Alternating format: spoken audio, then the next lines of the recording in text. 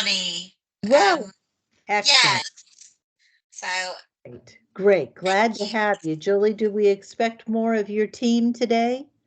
Yes. I think there's another one just logged in, Allison Lafferty, and Oh, she's on our team, and I think two more okay. coming on. But Great. thank you. Yes, certainly. I'm thrilled to have you. And hi, Allie. Hi, how are you? I'm good. How are you? Doing good. And let's see, Gina, are you also Raleigh or are you Ohio?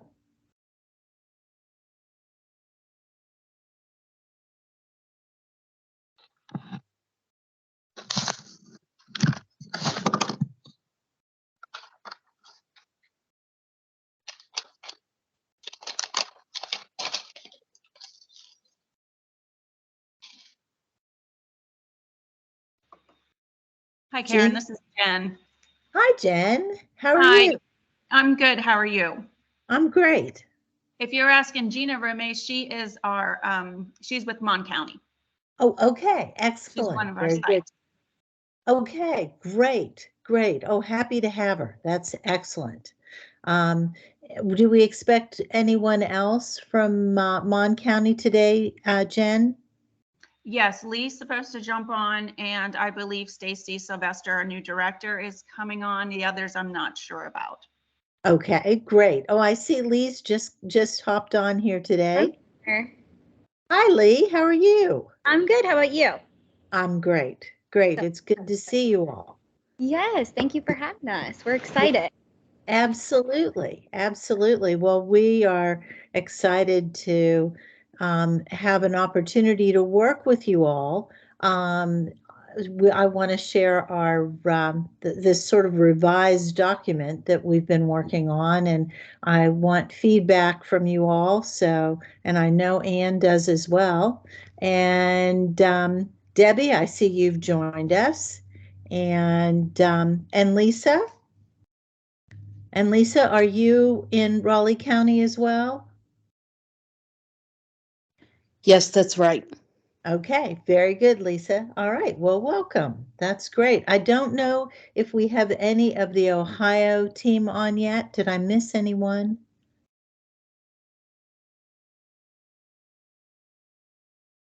Well, I knew several of them would be out. You all may have noticed that we started the recording just a little bit ago. So all of this will be recorded. So if something happens and you get kicked off, you can always go back on and watch it. Or for any of your colleagues who aren't able to join us today, they'll be able to watch it as well. So I think you all know me, but I'm Karen Haynes, speech language pathologist, and with a specific interest in assistive technology and AAC. And then we also have Anne Cronin. Anne, you want to introduce yourself? Sure. I'm Ann Cronin. I'm an occupational therapist. I know a couple of you guys, not many, not too many names look familiar. I have been working in assistive tech most of my kind of long career, and I am looking forward to working with all of you. Very good. Thanks, Anne. So, uh, would I guess it was about a year and a half ago, Anne and I, along with Leanne, worked with a number of different people in different disciplines, and we used the old AT guidance document. And I don't know if you all have used it very much, but what we discovered was there were a lot of things that were missing. There were a number of things that were unclear, and so the document just didn't flow like we had anticipated that it would. So for the last several months, Anne and I, along with Leanne's input, and now I think we've even had Libby and Kim in here helping to edit and make the document better. We've worked on trying to make the format easier to follow. We've added forms, not with the idea that we'll add work, but simply that we would simplify the process and make it clearer. So as part of that, we also, at the same time, Leanne and Ann and I had been talking about having another boot camp and having it be teams that were participating. And then I know she contacted you all and invited you all to participate. So, and I know this is your summer, and that you all are I'm sure would prefer to be at the pool or even possibly doing other summer work. So I appreciate the fact that you've given us a couple hours this afternoon. As you know, Libby and Kim have made arrangements for ASHA CEUs for your participation today, and of course when we meet face to face next week. So I know that'll be helpful to the SOPs out there. There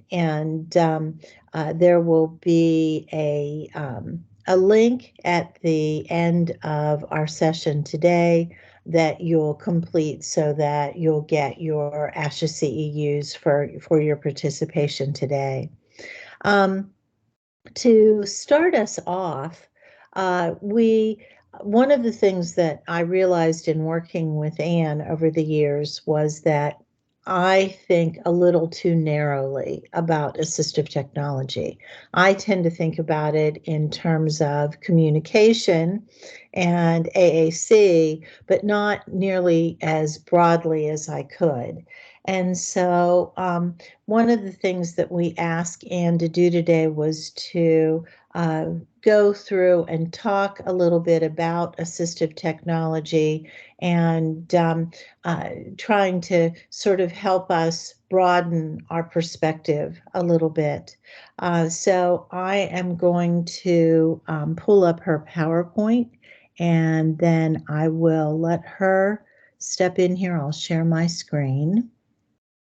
And for those of you who hate PowerPoints, I put a lot of pictures in. I try, the PowerPoints keep me organized. Otherwise, I sort of ramble and lose my place, but it's not overly long. So hopefully you will, it won't be too painful. But when I put this together, I did have the guidance document in mind. So the language of this is consistent with the guidance document. Now, Karen, on the bottom of my screen, there's a little button that says take control of the presentation. I'm going to click on that. And if it works, then you don't have to click for me. It says waiting for approval. Somebody has to approve me, I guess. Okay. I'm not getting, it says it's not moving ahead though. Is it not? Okay. All Okay, right. let's go ahead. I told it to give you a permission, but we love our technology. So, Yeah. all right, I'll see. Okay, I'll manage it for you. You just let me know. So later in the presentation, I have the legal definition of assistive technology from the Tech Act. But just as we really get into this, I want you to think broadly about assistive tech and think of it as a strategy that is really the role of assistive tech is to sort of serve as a bridge and to reduce the disabling influence of the environment on the individual. So if things are too hard, too high, based on what the individual's own skills are, and their difficulties with participation, the tech should be a bridge that makes it easier for them to interact. Assistive tech is not just devices, and we'll talk more about that. And just because it is tech, it isn't necessarily assistive tech. one of the things we've seen various times when we've visited schools and stuff is they saw us coming and they brought out every tech object that they had, their overhead projectors and everything else, to show that they were using tech. And that's not a bad thing, but not all tech is assistive tech. Okay, Karen. So for the purposes of our guidance document, and in general, I describe there are three basic kinds of tech. Now, you're going to find that there's some overlap. They're not 100% clean distinctions. But when we're dealing in the school setting, we see educational technologies. Now, these are really straightforward. These are the things that you do for the whole class.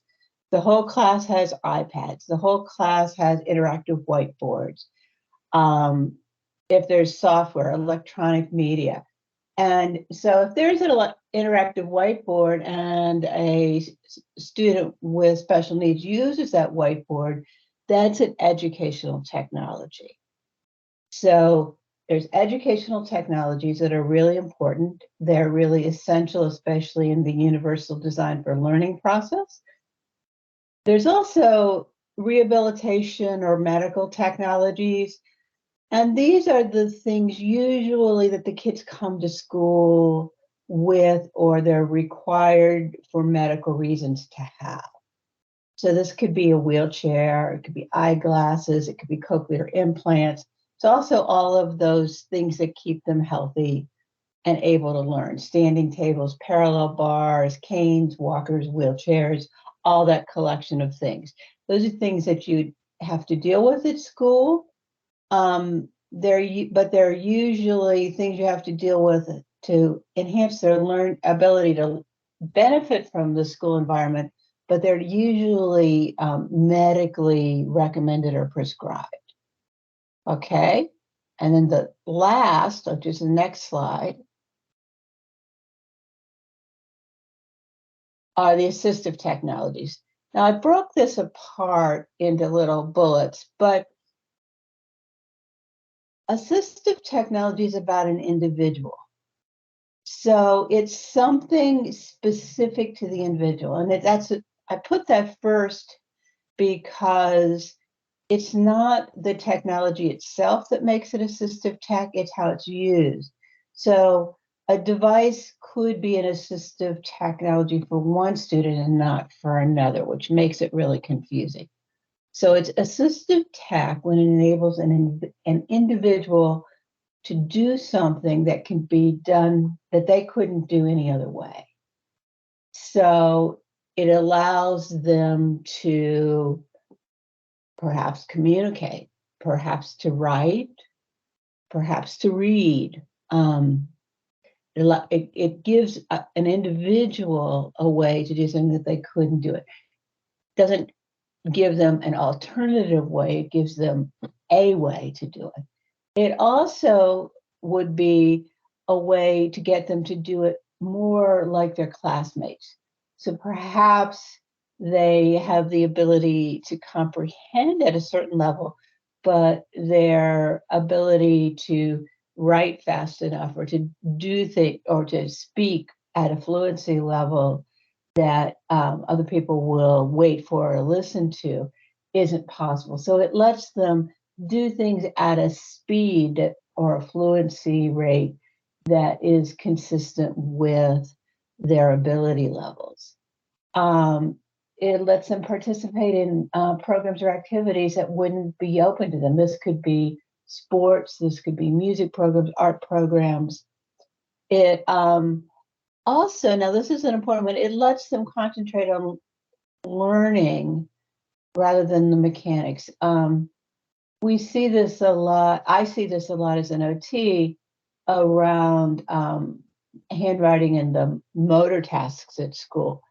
Kids who have a lot of difficulty with manipulation and hand control often spend so much time really working hard to move their body that takes a lot of their mental energy, and they don't spend that time paying attention in the classroom, interacting with other people. Their effort to move detracts from their effort in other areas. And so technology can help free them up to interact more like other, more typically functioning people could. Assistive tech can provide greater access to information, which supports normal or more typical social interactions, and it supports participation in the least restrictive educational environments.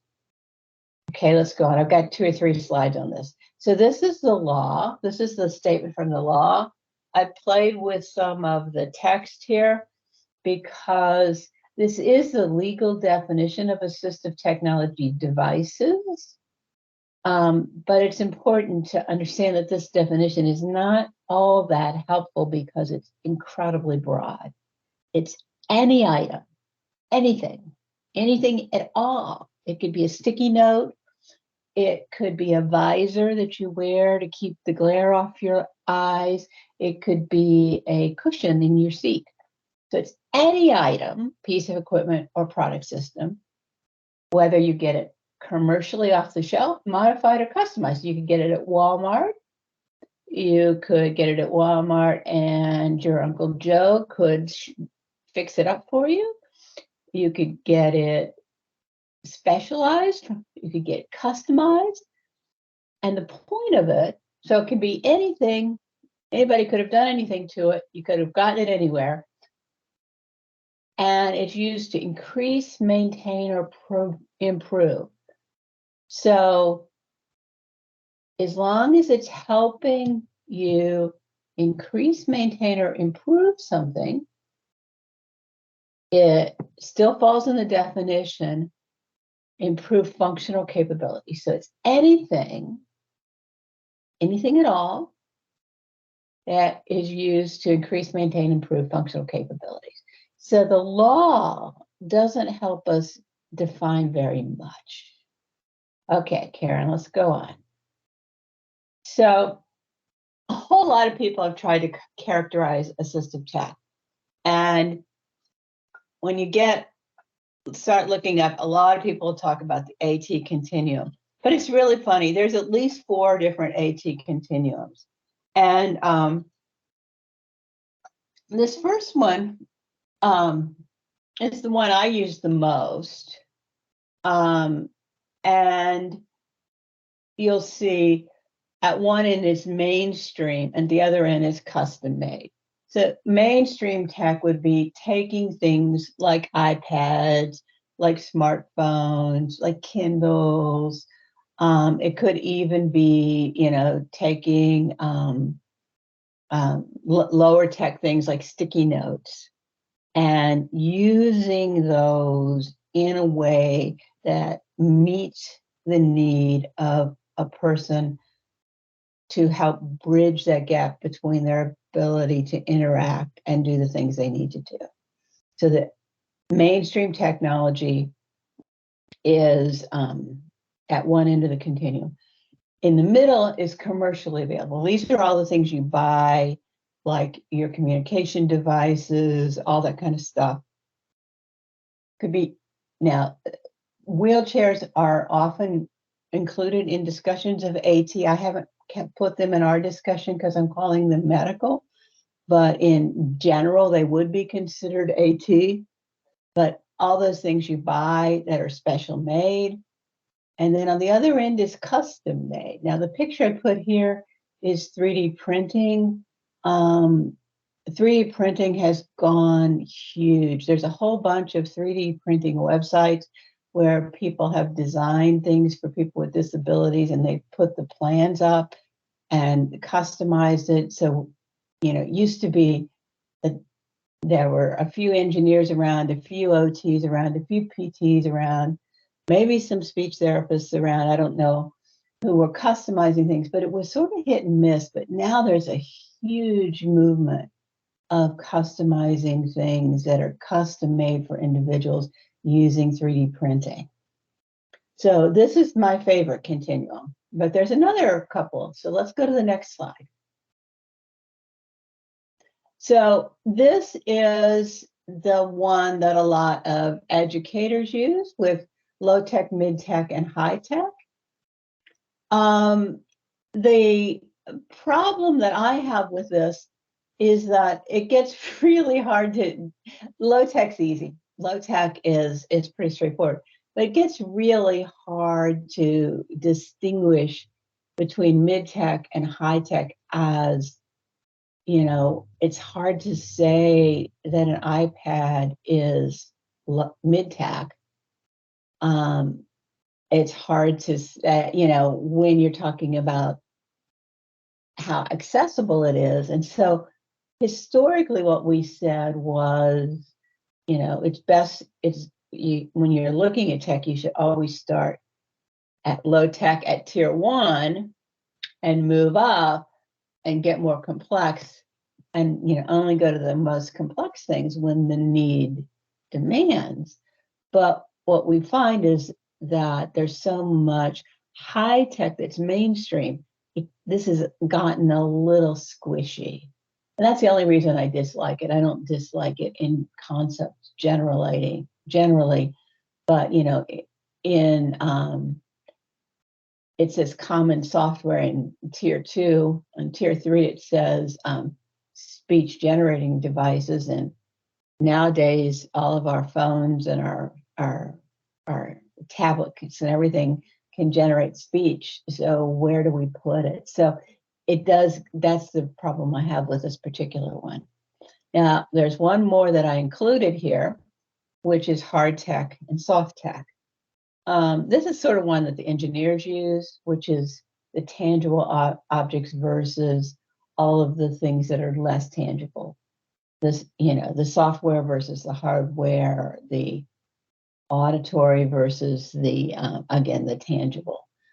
This one's straightforward, not one I use a lot, but it is out there. Okay, let's go to the next slide. So one thing about the law is it defines assistive technology devices, and then the next line, it defines assistive technology services. So in the law and in the both IDEA and the Tech Act, when they talk about mandating assistive technology consideration, they're mandating consideration of both devices and services.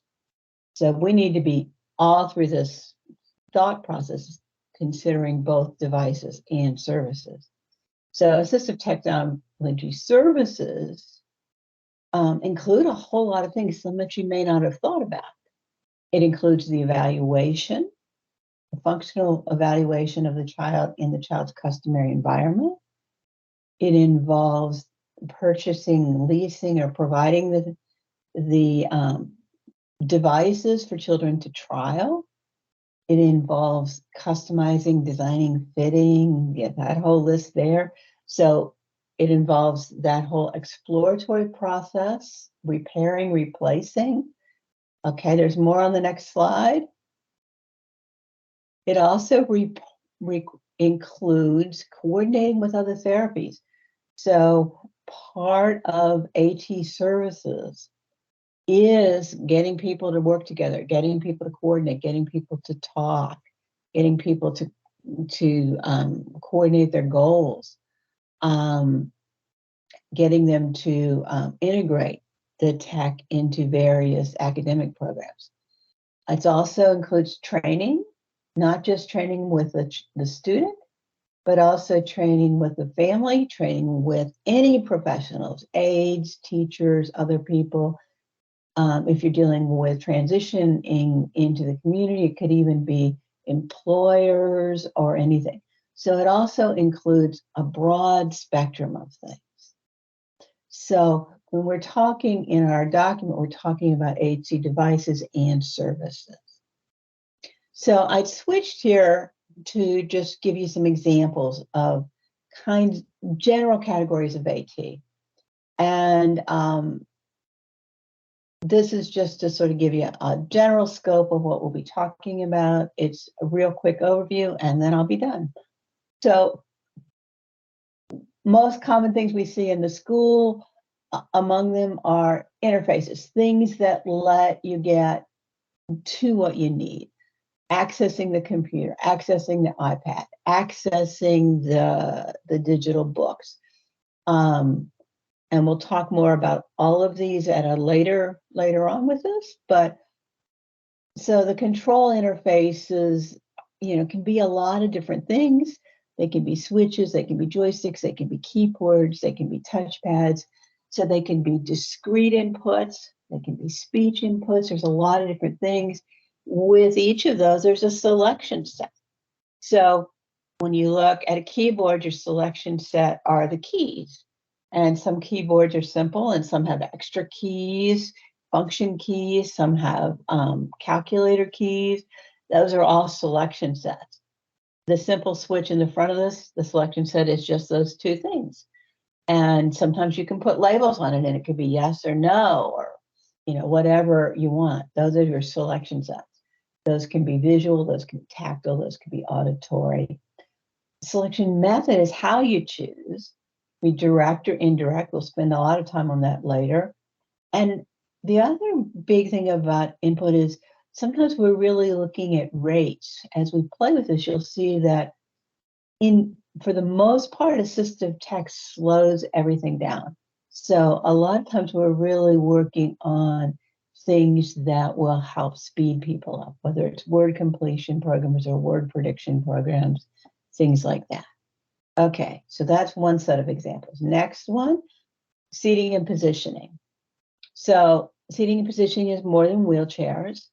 Seating and positioning, again, can be any of those. It can be commercially made, bought, made, adapted. The child over on the far left obviously is in a custom chair that she probably came to school with. The gentleman in the middle is in a standing table that the school probably owned and maybe other children use because it's part of his educational plan, would still be assistive tech for him. The child over on the right is in something that any kid in the classroom could use, but it's only assistive tech if it's an essential, something essential to help him learn. So it doesn't mean that other kids can't sit on it, but it means that he must sit on it in certain learning situations in order to be effective to learn. Okay, so let's go to some other examples.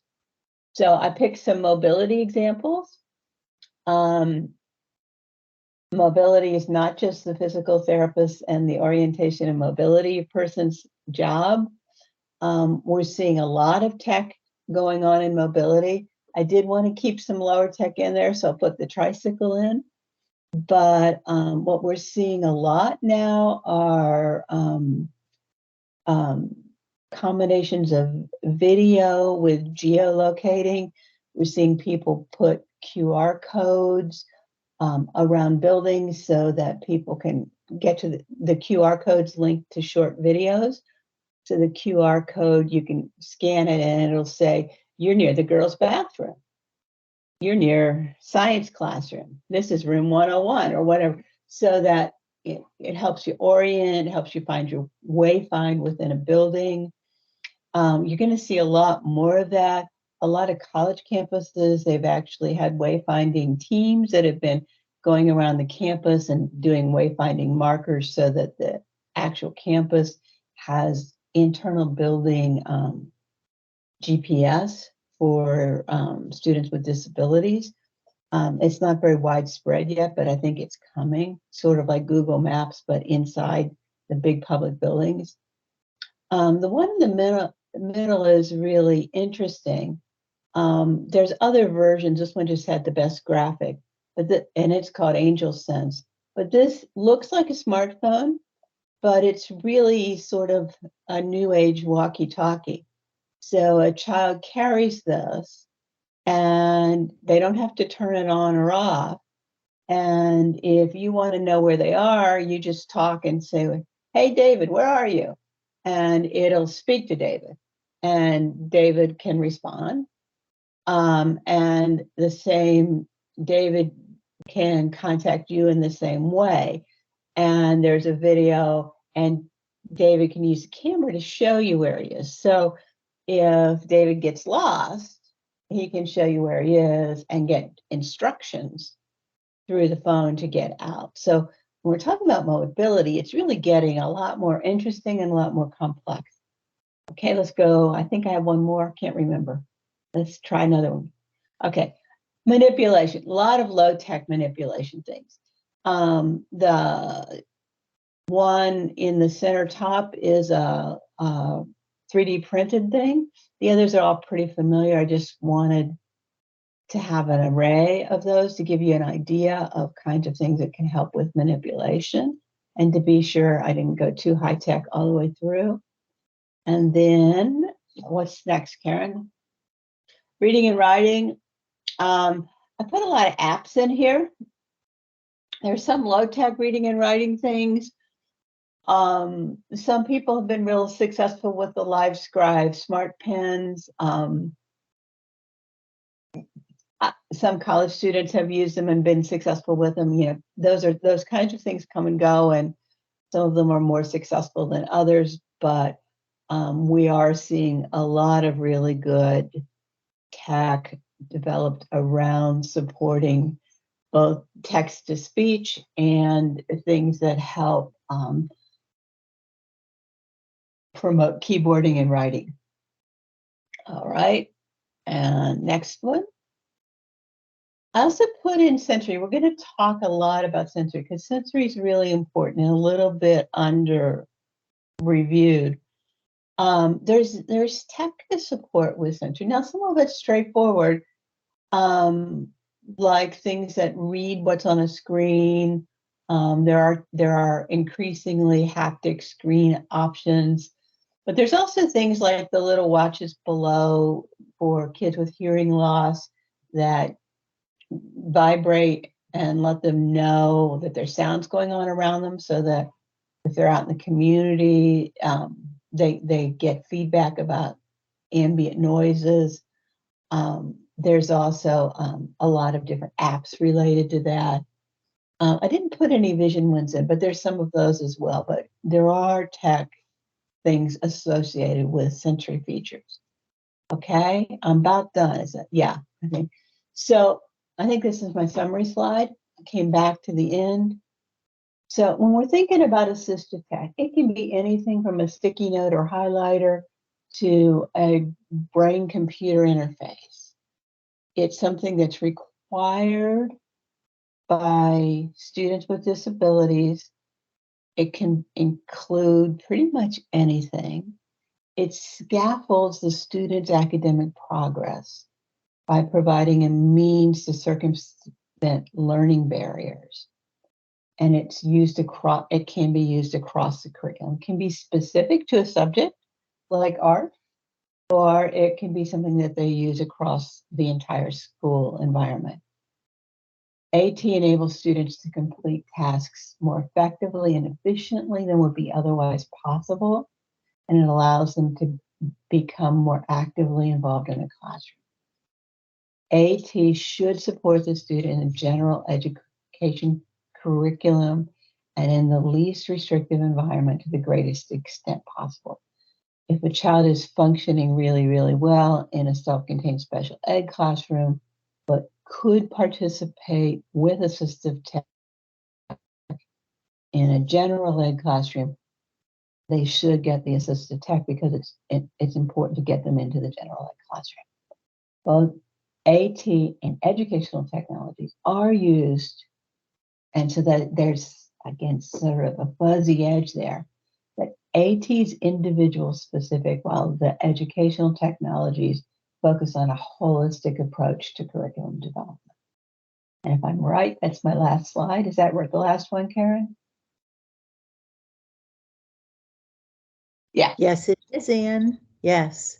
Okay, so Anne, that's my overview. yeah, very good. So Anne, last year when we were doing evaluations and we worked at one point with a student who had a significant hearing loss, and we were recommending that there would be visual supports in his classroom.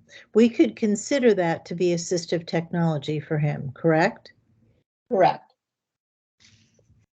And the Okay. same thing when we're working with um, visually impaired kids, tactile Yeah. cues on a stairwell or a wall could be considered assistive tech. They're very low tech. They're things that most teachers and parents do automatically. We don't always think of them like tech, Mhm. but they could be. And it becomes important to be aware that not so much that people aren't doing it, but people aren't necessarily documenting it. And what happens is when they move between environments, they don't always get the support they need. So if we had a student who we found had was really behind with, say, their reading skills, and they needed, we were recommending some type of additional reading, whether it be a program or an approach, or perhaps even spending time with a particular specialist. Would that be considered part of assistive technology? Probably not. Okay. So if a student can read, but reads really, really slowly because of a vision impairment, supporting something with their vision or providing something that reads aloud to them so that they can do things at the speed that they can comprehend would be assistive tech. Okay. If is that they are functioning at, they're learning at their best ability level, it's an educational need. Okay. Does that make sense? It does. Thank you very much. I appreciate that. You always make me think more broadly, and I really appreciate that, Anne. So, does anybody have any questions for Anne? Or You anybody else framed by any of my things? anything, any comments or questions? You can type or you can talk. We like to interact.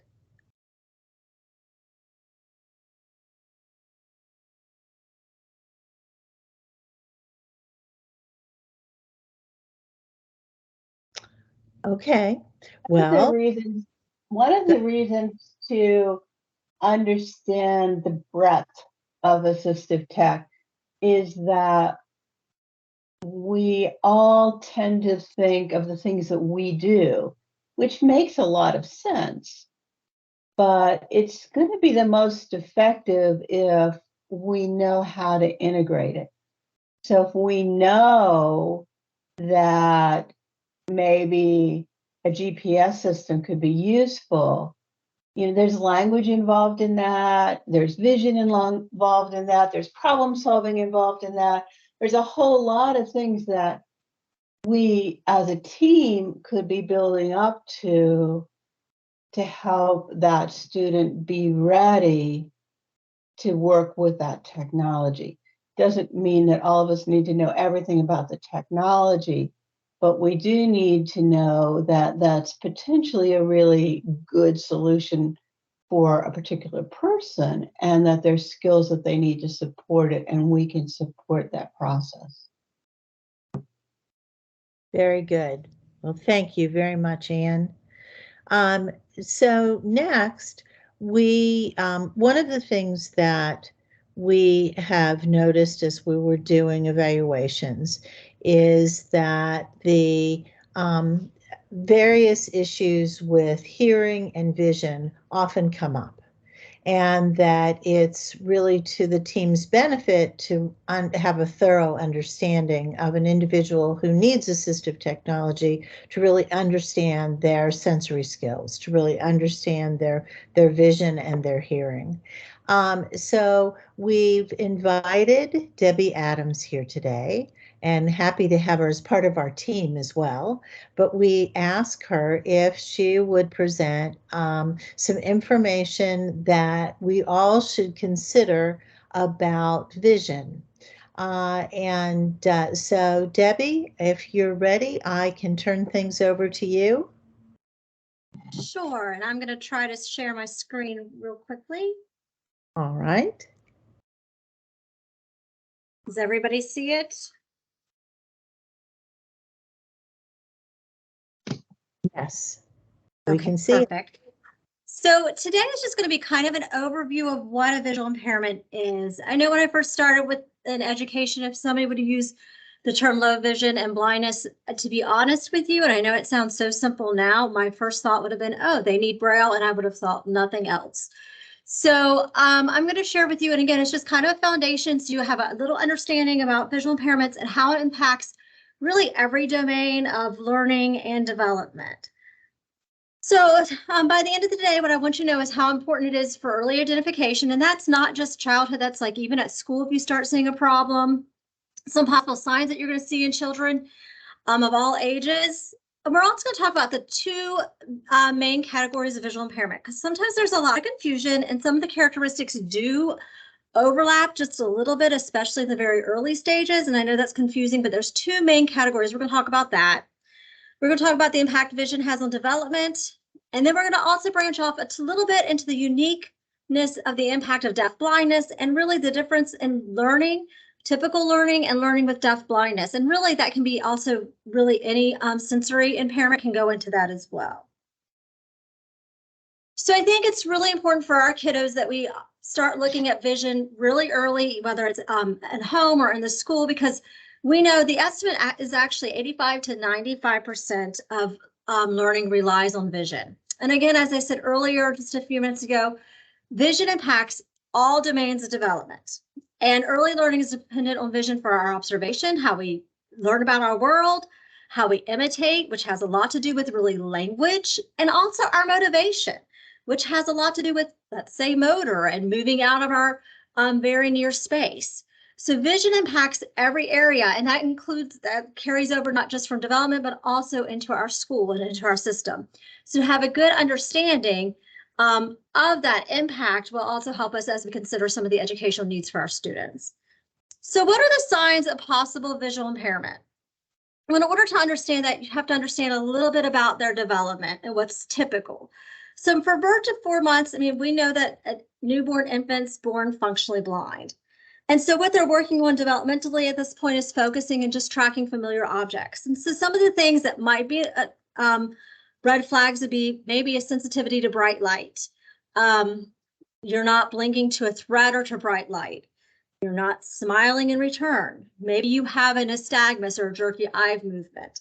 So those are things that just kind of red flags that, hey, there might be something going on. And then as they progress, maybe they're not making eye contact. So at 5 to 8 months, we're expecting them to be more social, facial recognition. They have a little bit of depth perception. Color vision is being developed at this point. And I always say our first colors that we see visually are red and yellow. And that will play important as we also understand CVI and sometimes the confusion early on with children and visual impairments.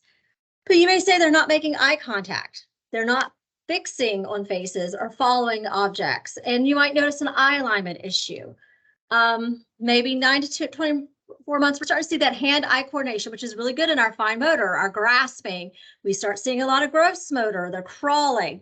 But maybe for a child with a visual impairment, you notice they're not aware of their own hands. A lot of times our little babies at this point still are keeping their hands fisted. They're not reaching out beyond themselves. So you're not seeing hand-directed or arm movements. So as they progress, you're starting to see more independence. You're seeing them walking, crawling, walking. They're actively exploring the environment, whether it's visually or moving about. So we may notice them not moving. Maybe they're more clumsy. They're not reaching for toys. They hold objects extremely close. They have a hard time with changes in surfaces or drop-offs or steps. And so as that progresses to get into school age, we'd expect them to be reading more, using their vision to complete tasks. We may notice for this child, they're having difficult reading. Maybe they're holding their books extremely close. You'll see them a lot of times bend over, awake on their desk, trying to get closer to that or holding up to their eye. They may complain of frequent headaches. You may notice them missing details, over or under reaching, and really even just navigating their environment, especially their unfamiliar environment, can also be difficult for some of these kids. So those are just red flags just to kind of watch. So I said to you that there are two types of visual impairments. So when we look at it, we're going to look at two different camps, kind of. So we have the ocular impairment, and this is actually where the structure of the eye, something has happened to the eye itself. And then we have something called cortical visual impairment. And this is visual impairment that's caused to an injury to the brain or maybe a congenital issue with the brain, and such as IVH, a stroke, or maybe a traumatic brain injury. So those are the two types that we're going to look at because they're very different. Like I said, sometimes early on, some of the characteristics might overlap a little bit. I talked about sometimes, for instance, a kid with low vision really likes light and they may be a light seeker. Well, a child with CVI may also be what I call a light seeker and also really be over attentive to lights. So we're looking at the eye. This is a picture of the eye and all the different structures. And so any any injury or issue with the eye itself, it can cause an ocular impairment. So I'm just going to go over a few that I talk about a little bit. You'll see the retina here, and it's that kind of tan color there. So like when I think about retina, I might think about albinism. And so for kids with albinism, they're going to have low vision. They're going to be overly sensitive to light, have issues with light, issues with glare that impact them. But we can also have issues with the optic nerve. And so for our kids with optic nerve, sometimes they have zero light perception, so they don't even detect light. Or they may actually have pretty decent vision, so it runs, but there's different areas of the macular here. If they have issues with the macula, that's a clear spot of your vision. So we expect that, like even if they do have vision, it's going to be very difficult, maybe reading print. So understanding a little bit, and again, I don't expect you to walk away today knowing, oh, this is the issue with the eye, so this is probably some of the characteristics I might see. But to know that this is part of the structure of the eye and that those are going to cause very specific visual issues. So some common ocular impairments that you might see in school. Optic nerve hypoplasia actually is one of the fastest growing visual impairments as far as the ocular goes.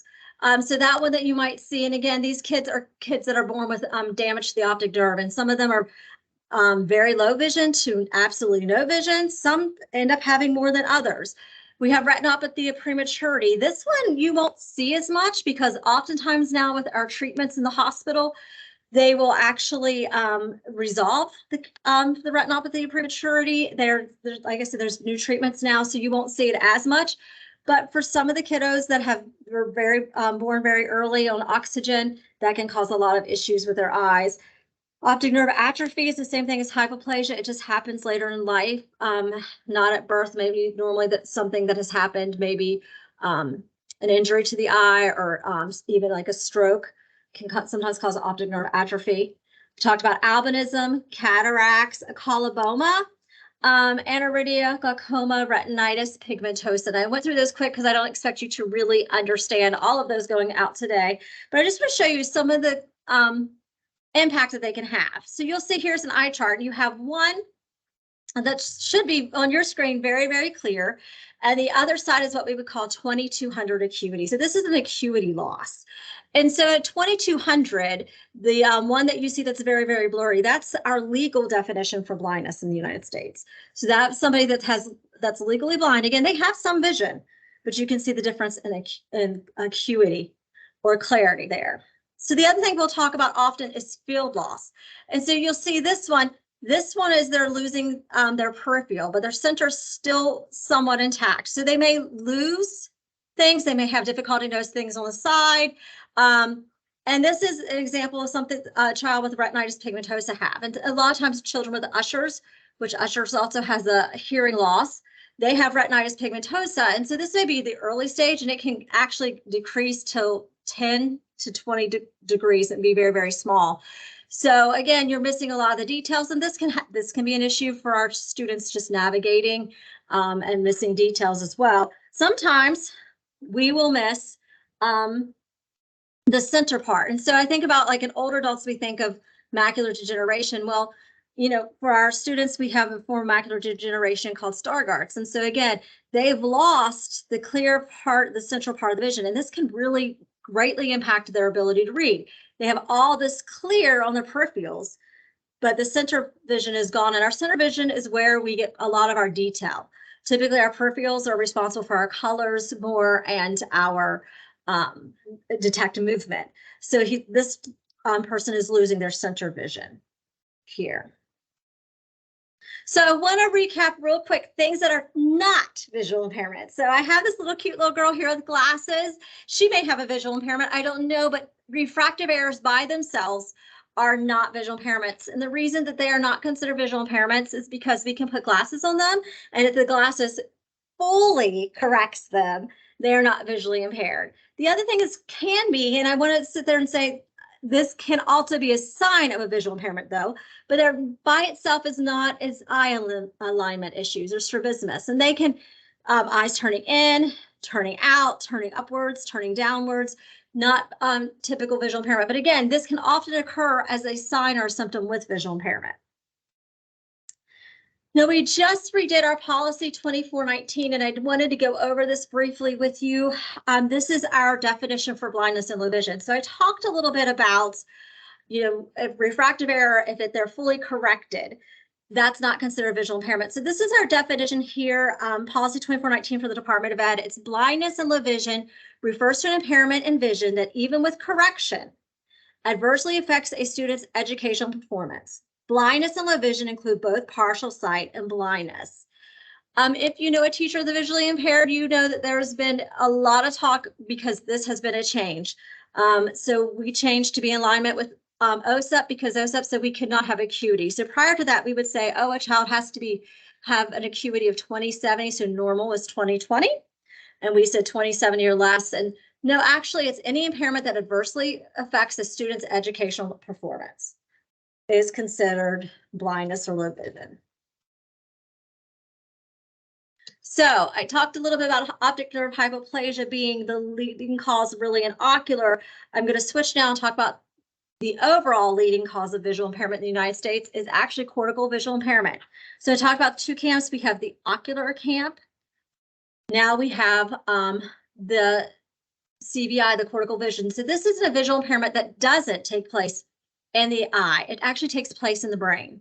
And so it is a neurological disorder which results in unique visual responses to people, educational materials, and to the environment. And so students with these visual behavior characteristics are shown to have a loss of acuity or judged by their performance to be visually impaired. They're considered to have CVI.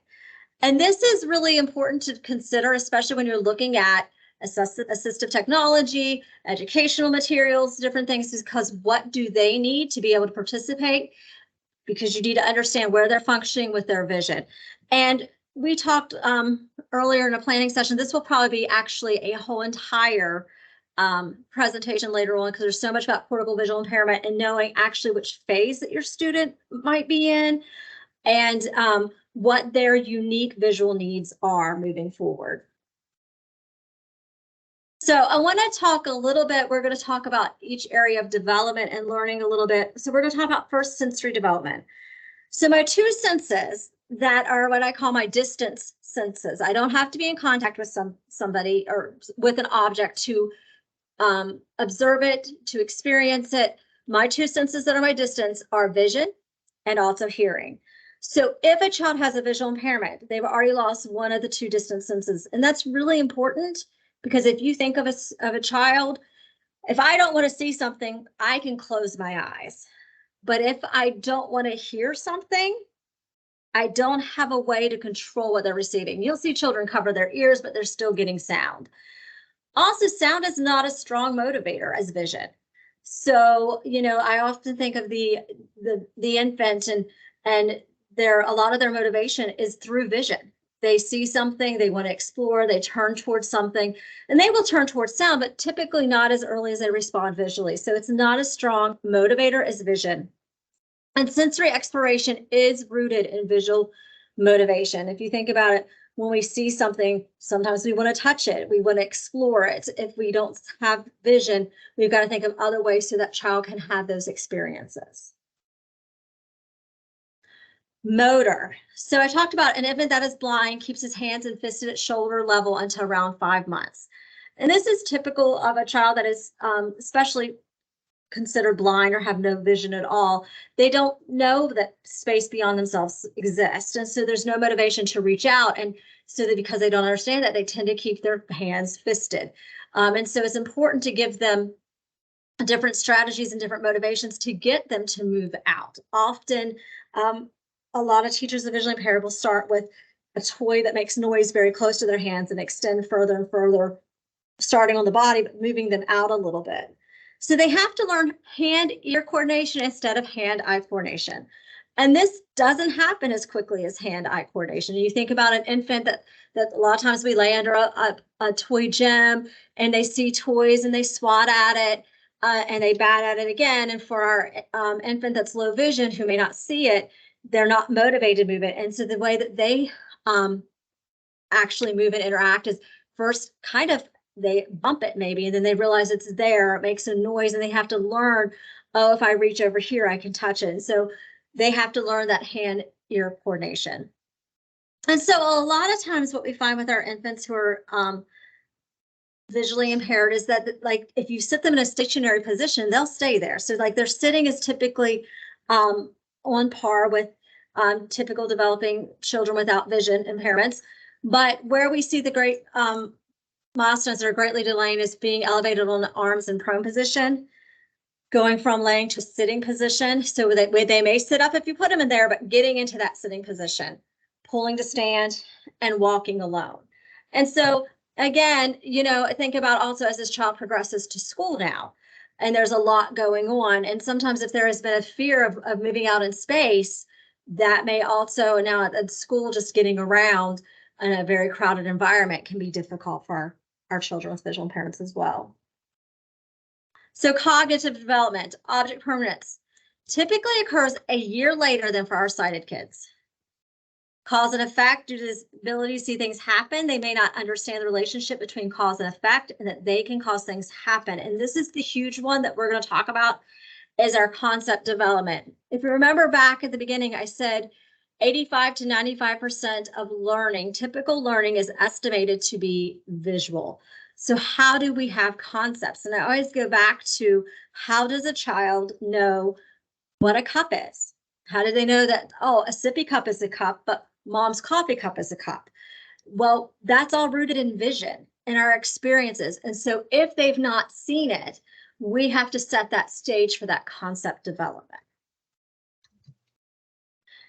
Kind of went right into this, the language development as well. So we need, this child's going to need direct, planned, systematic instruction in language and imitation development. Even you think about holding an infant and the smile. He sees his mom smile, he smiles in return. He imitates that because he's visually seen that. Think about our students in school with language, and really we'll talk about this in a minute with social cues.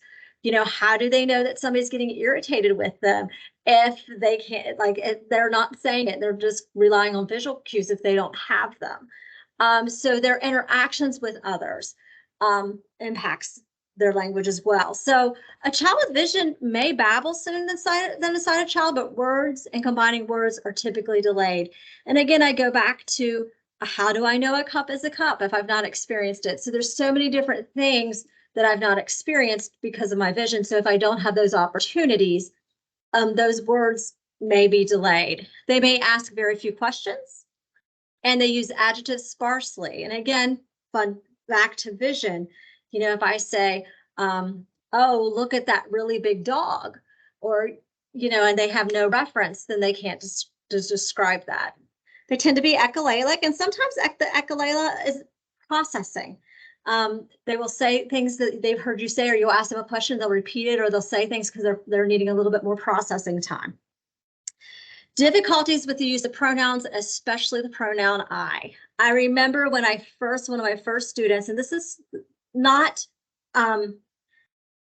unusual, he would say to me, I need to go to the restroom. And I was like, and I had to correct him several times and say, when you're saying, like when, and I would say his name, has to go to the restroom, then you say, or he would say, you need to go to the restroom. Sorry. He would say, you need to go to the restroom. And I was like, no, I don't need to go to the restroom. And I would say his name and then correct him and then model it the correct way. But because people would refer to him as you, he felt like he was you. So when he wanted something, he would say you needs to, or you want to. And so we had to do a lot of language correcting there as well. So adaptive development. So due to lack of visual skills, these are also greatly delayed. Some of these skills are delayed by 2 or more years. And so, just having them come to school and being able to do things for themselves, and we want them to be as independent as possible. So, I used to joke, when I was working with some of the teachers and the aides, there are no food fairies. So our children need the experience to go through the line and get their food. Food doesn't just magically appear at your table and then magically disappear. They need to understand those skills and that area of development, and giving them, again, those opportunities to participate. Bonding can be delayed. This is social emotional development. Think about the parent. Bonding forms a lot through the smiles and looking at each other expression. Facial expression can be the beginning of attachment, recognition, and communication. And social interactions, I talked about this earlier, can be very difficult due to missed visual cues, not understanding sometimes what a person's saying and their face may not be saying the same thing. So they're missing those visual cues. So I want to switch gears, and for a minute, I won't ask anybody to unmute, but what do you think of when you think of deaf blindness? And we're going to switch gears from low vision and visual impairments to deaf blindness. I want you to think about deaf blindness for a minute. So when I say that, do you think of a child that is totally blind, no vision at all, and no hearing? Do you think of a child that is mostly blind, mostly no hearing, maybe mildly? What do you think of when you think about deaf blindness? And here's just a few. So deaf blindness kind of runs the gamut. It's not totally deaf, totally blind necessarily. It can be, but it's any combination of a vision and hearing loss. So here I have a little one that has a cochlear implant and a visual impairment. You can see his head's kind of turned down there a little bit. Got a little guy over here. He is using a video magnifier. So he's enlarged his print there. He's got actually white print on a background to make it a little bit easier for him to see.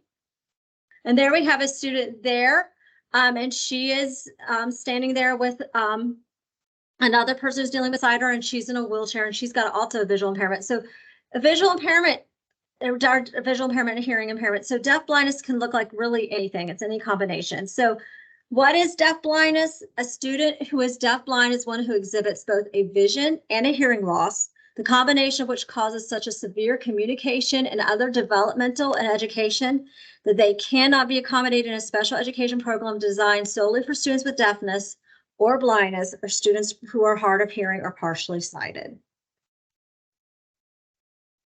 So we're going to talk about their learning a little bit, but there are many different causes of deaf blindness. So sometimes they're related to being premature. Sometimes there are childbirth complications that may cause deaf blindness, congenital syndromes, many which are quite rare. So sometimes they occur later in life, and we have sometimes they're born and they are deafblind, and sometimes maybe they get a virus such as meningitis, or they have a brain injury, or an inherited condition such as Usher syndrome. So there are very, very many causes. I want to also explain that these kids will look very, for the most part, probably very complex. So as you can see, most of our kiddos that are deafblind, 87% of them have one or more additional disabilities. 64% have cognitive, 58 physical, 51 they have complex healthcare needs, 9% behavioral, and 19% other. And so if you're thinking about their needs for assistive technology, it's important to understand the entire child, their hearing and their vision, and also all their additional needs as well. It is a very diverse. It is not, and I say they're unique. Their needs are so unique. They are not deaf plus blind, but deaf times blind. It's multiplicative. And so because it's so rare, individuals who are blind will usually have a range of combined vision and hearing loss. So I asked you a minute ago to think about what you consider deaf blindness, or what you would think of when you hear the terms deaf blindness. Typically, it's a range of combined vision and hearing loss. Many will be able to see and hear something. And this is important too. I think for most people, kind of like at the beginning, I said, when I thought of blindness when I first started in teaching years ago, I really thought it's just, oh, they had Braille and everything else was taken care of.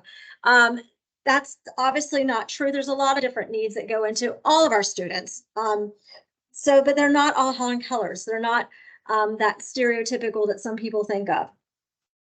And so, and the uniqueness, I like this down here. It says he cannot learn from what he sees like a deaf child does. He cannot learn from listening like a blind child does. He learns only by what he does. So it's so important to make sure that we set up education and the environment so that they are active participants in every aspect of their learning. So gathering information, we talked about that. Deaf and hard of hearing children can use sight to help compensate for what they do not hear. Children with visual impairments use hearing to help compensate for what they cannot see. But when both vision and hearing are compromised, the combined effects create a barrier that blocks or distorts significant amounts of information. This creates a chronic problem with gathering information throughout an individual's lifetime. They cannot learn what they do not detect, and they may be unaware of what they are missing. And that is true for a lot of our kiddos. I think oftentimes, people will say, oh, do you see this? And show them something, and they'll say, yes. But the question I always say is, but what parts of it are they seeing? And the same thing, well, do you hear this? Well, yes, but what do they hear? Because that helps us, because they're not aware of what they're missing a lot of times. So let's talk a little bit about typical learning when we're looking for a typical child. So we see here, most of our learning occurs incidental. It's automatically with much effort. The way most of our information is learned.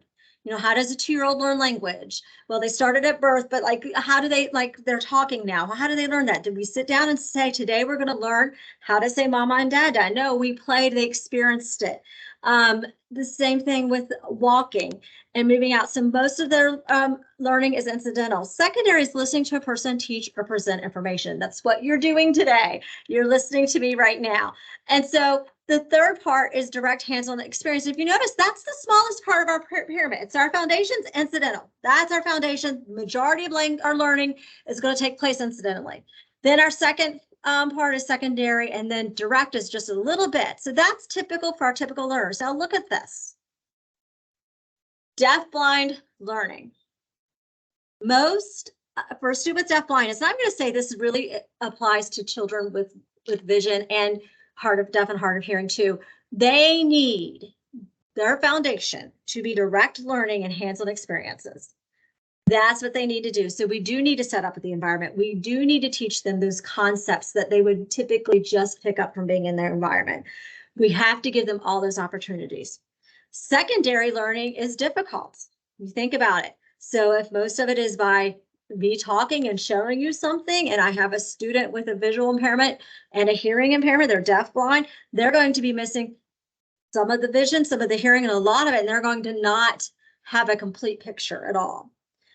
And incidental learning typically does not occur. And if it does, it's not effective. So we have to shift our way of thinking and to make sure that they have access to all of our learning. And that's going to be setting up those direct learning experiences, making sure that they have everything that they need to have access to their learning. And those are some of my resources. So I went through that fairly quickly. Does anybody have any questions for me?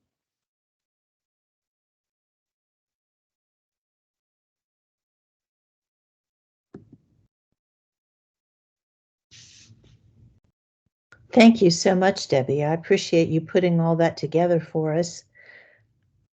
I don't see any questions coming in. Well, you've got Debbie here. If you have questions, I'm sure she would be happy to answer them. You can speak if you'd like. Oh, hi, this is Julie Litchfield.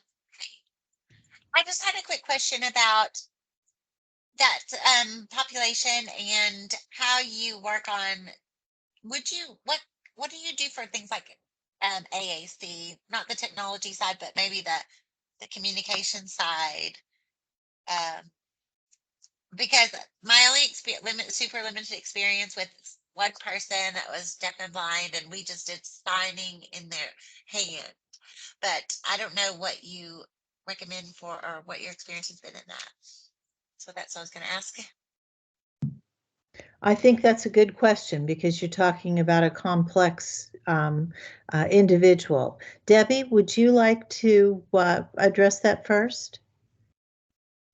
Sure. Well, one of the things that I would do is obviously a team approach and find out where they are with a lot of different things, where they are with language. And so then really kind of more of a support to your SLP. So what I would do is I would look at things visually. So, like let's say that a calendar system is recommended. Well, then I would take, okay, so if they need a calendar system, they may need tangible symbols. And so we would look at where they understand language and then look at their vision and their hearing and kind of go from there. And they may need signing in their hand. And I will tell you, tactile signing has been something that has been requested in the state for many, many years. And I don't know that we've had tactile signing training officially in that length of time, but I do think that that's important to develop that. And again, it would just be individual based on the student and, working closely with your SLP, but then to address the deaf blindness or the hearing and the vision concerns with that. And I think that's oh, I'm sorry. I had one more question too. I'm sorry. You were talking about the real objects as like using objects of reference. And do you have would you say things like I would use objects of reference to make a daily schedule? Or, I mean, just to start at the basic, like this is what we're going to do now, and there's a cup, or we're going to go to PE, and you let them hold like the ball that you use the PE. I don't know. Is that a good start? So for the vision, from a vision point of view, we always want to, if possible, use the closest thing to the real object. And so one of the things that we would always talk about, like going home at the end of the day, from a vision point of view, especially if they're blind with no vision, a school bus on a card, why does that make sense? It makes sense to us visually. But for a student with a visual impairment, that doesn't make sense. So we would probably prefer like a buckle for their seatbelt. But however, if you teach that symbol and they learn that symbol, then it's appropriate, because sometimes there are certain things that like I've seen used. We had this one student that liked to spin. Well, there's no exact object for spinning. She had a chair. We just made an abstract symbol that was like sparkly, like a shiny disc. And she knew that meant, because we taught her that. So she would request that. So, I always prefer, yes, objects and objects that mean something to that student, if possible. But again, it's not that you can't teach, especially because sometimes there's not, and you have to use an abstract symbol. And I'm going to refer back to Karen to see if I'm on the right track with that, Karen. You absolutely are, Debbie, and I appreciate you talking about all of that. One of the things, another resource that you all might want to use is the communication matrix intervention modules. Part of the those modules, you use the communication matrix profile that you would generate to determine where they are in terms of what they recognize and what has meaning for them, and build into those modules is information about when you would start with a basic calendar system, or if you're going to start just with a now and or a now and finished system. There are lots of different levels, and whether or not you would be able to represent various activities during the day through an object, you would be able to tell from the communication matrix profile whether or not they're ready for that. So if you haven't looked for that, the communication matrix intervention modules are on the State Department website, and I'm sure we can provide a link for that. I think we've got Libby and Kim in the background here, so perhaps they could post that in the chat, so that if you haven't looked at those yet, that's another really good resource. One of the, in terms of really creating a communication system for an individual who has both a hearing and a vision impairment, that really illustrates one of the things that we believe in, and that is that you really have to understand the vision loss and the hearing loss. So Debbie's given us good information to begin to decipher the reports that we get and the information that we gather. And then, as Debbie said, she's going to be recording additional information about CVI that we hope will be available this fall for as another resource. But before you can create the communication system, you really have to understand what the visual impairment is and the significance of that impairment. And the same thing with hearing. We need to understand the hearing loss specifically because, as Debbie said just a little bit ago, in some cases, you may be, even though they have a hearing loss, they might have for example, a cochlear implant, or they might have hearing aids. They may have some usable hearing, and it may be that their hearing is their better sense of the two, and they're using hearing as their input method for receptive language. Or the reverse could be the case, where maybe vision is the stronger sense, and so we may be using vision. So before you start to determine the components of a communication system, you have to have a real thorough understanding of vision and hearing, and that sometimes takes a lot of investigation. At least that seems to be the case, where in order to track down all the reports, to get in some cases, I know I was dealing with a case, this was in Georgia, where we were looking for an audiogram on a 6-year-old, and I found descriptions of her hearing loss, and they went anywhere from normal to bilateral profound sensory neural hearing loss. But I didn't have my hands on an audiogram so that I could look at it and sort of make my own judgments about where this individual was hearing. So I know it isn't always easy to gather together that material, but I think it's really critical.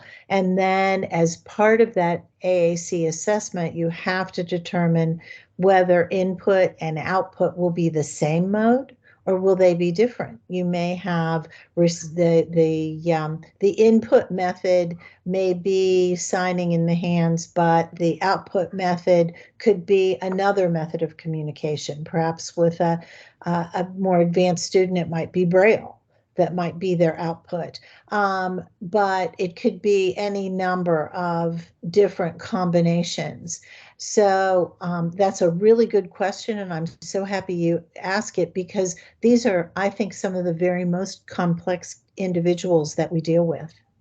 Debbie, anything else you want to add? No, just I want to reinforce, if they haven't seen the modules for the communication matrix, they are done really, really well, and they're a great asset. So definitely I would recommend reviewing those.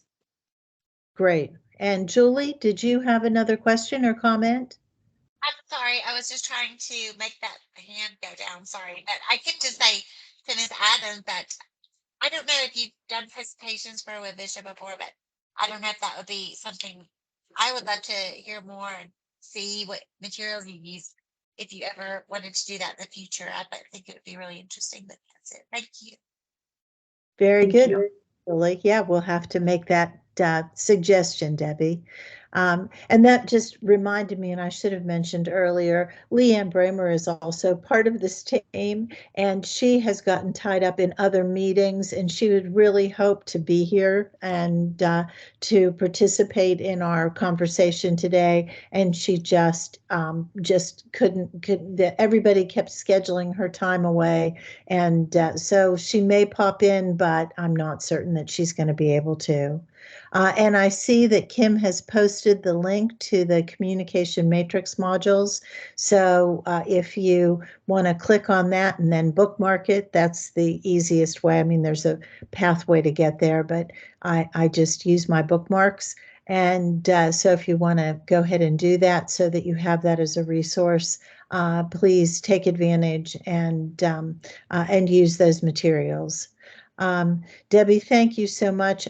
Debbie's part of our team and will be with us. Debbie and Ann and Leanne and Kim and I will all be, and I may have missed someone, I'm not sure, but there'll be a number of us who will be there next Wednesday when we all get together face to face in Romney. And so I want you to know that we're really a team approach here because we believe that teams are the way to go. And for students that Debbie's talking about in the deafblind category, we can't do anything without a team. We need everyone's expertise. So thank you very much, Debbie. I think you have to step away. Is that correct? I will be in and out, but I'm planning on trying to stay as much as possible. Okay, well, we're happy to have you, but we understand you're busy as well. So Thank you. if you need to step away, we understand. As we were working on the document and trying to simplify the process, Anne created a graphic for us, and I'm going to pull that up, Anne, and I wonder if you would go through and discuss that a little bit. I'll pull it up here on the screen, and I'll share my screen so that, as long as it will let me. Okay. So while Karen's working, when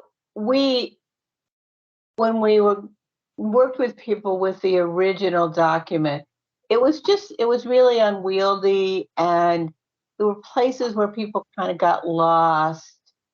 And when we were working with people, we were finding that there were things that they seemed to be dropping the ball. And so what we were trying to do was make a clean path so that a team could go from start to finish understanding the path that they needed to go through. And this is still a draft process, so we really, as we go through this, we'll want your input. But this is the process as we have it, and as we have it in the document now. And this is a process for AT consideration for all IEPs. So it is the law that assistive tech be considered in every IEP. There is a question in every IEP, was it considered? And so the first step is that we acknowledge that and we say we're going to think about it. Step 2 is the beginning of an assessment, and that is a file review. So we're saying that people are going to look at information you already have about the student, information in their file, who they are they performing at their ability level? How are they doing in school? What are there problems? What are their strengths? What are their weaknesses? What kind of things are going on? So you're going to begin to look for something that suggests that there's maybe a barrier to learning of some kind. And so you're going to look through their file and document that you've looked through that file. And you may find that the student's needs are perfectly met. Or you may find that, we're not sure about this. Maybe we need to look more into it. So the second step of the assessment process is to follow up on anything you're not sure about. Observations, interviews. You may not need it for every student. You may need it a whole lot for a particular student. And when you need it a whole lot, you might go to that step 2C where you're doing formal testing. You may need to go in and do some additional testing, not just observations and interview, but actual standardized testing to get to the step 3. So step 2 is really 3 steps, but it's really, you're going to go and look at the files, try to look and see if there are anything that look like barriers to learning that haven't been explained or haven't been fully explained or might be explained differently. Then you're going to look for easy solutions through interviews and observations, and you're going to look more deeply. And then you're going to sit as a team and pull all this information together. And that's step 3, solution generation, where you're going to put together the information that everyone's collected and come up with a plan.